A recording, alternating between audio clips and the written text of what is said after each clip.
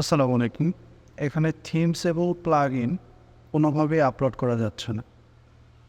তো এটা কিভাবে আপনারা সমাধান করবেন? এটা সমাধান করার জন্য আপনার প্যানেলে চলে আসতে হবে। আপনার প্রথমে হোস্টিংয়ে লগ ইন করতে হবে।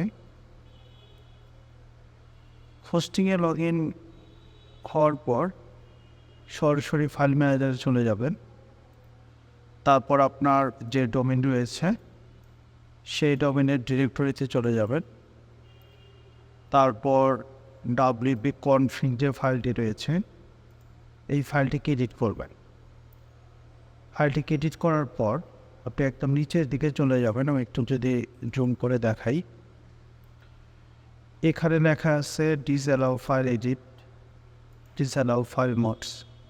তো এই জিনিসটা আপনি জাস্ট ফলস করে দেবেন। ফলস করে সেভ করবেন। দেন আপনি আপনার ওয়ার্ডপ্রেস ড্যাশবোর্ডে চলে আসবেন, রিলোড করবেন।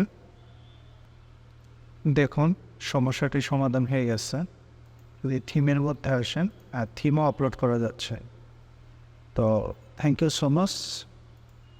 আল্লাহ হাফিজ।